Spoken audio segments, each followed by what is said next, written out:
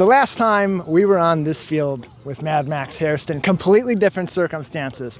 Recent high school graduate, could not have been a colder, snowier day as he signed his letter of intent to play at Kentucky. Max, having you back here today, your first football camp back at West Bloomfield High School as an NFL player, got to be a pretty surreal moment for you, right? Definitely.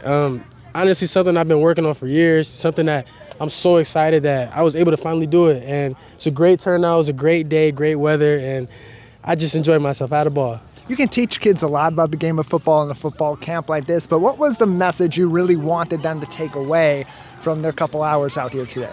Honestly, the message I want them to take away was that they are the future, and I want them to know that they are the future, and it starts here. And I wanted them to all have, gain confidence from today.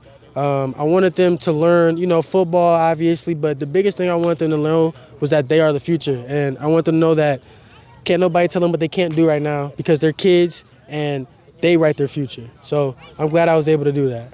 In terms of your journey, you had a very unique journey to even get to this point. Yeah. Highly recruited and respected out of high school, but not necessarily that guy that everyone's coming out to see every single week. Yeah. You take that to D1, you play at Kentucky, have a stellar career there. Now you're the highest drafted Laker in the history of this program. What does your story tell these kids about how the journey can go?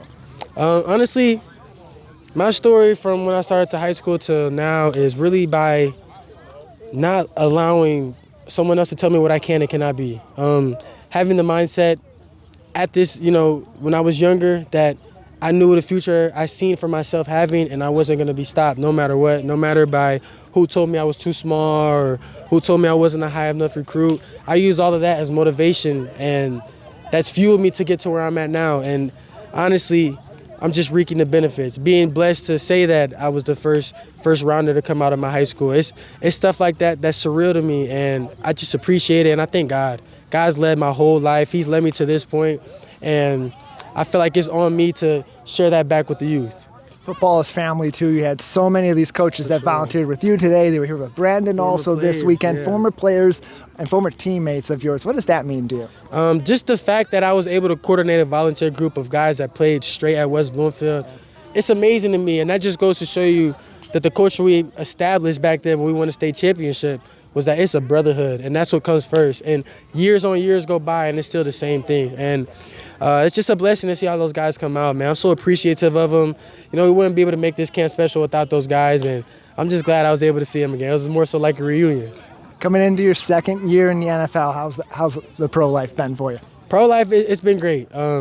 Everything you dream of as a kid, but going into year two, I want to be able to take what I learned year one, good and bad, and I want to apply that to my second year to be able to play faster and to be a better football player.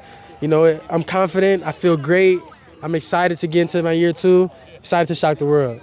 Always nowadays in the NFL, you look at the AFC, you look at the NFC, two teams you look out for are the Buffalo Bills and the Detroit Lions. Gotta think that's your dream Super Bowl appearance, right? Yeah, it is. And, crazy enough, the first game in the new stadium is against Detroit week 2. So I'm super stoked, super excited about that, to go against my hometown team in the first game in that new stadium. I can't wait. It's going to be a movie. So back in the day, today he's Mad Max. Back in the day, he was the best hands in the land. That's what we called him on the broadcast. And now he's an NFL football player, a star on the Buffalo Bills. We look way in the back of the field. We see the 99 over there. Back in the day, he was 22.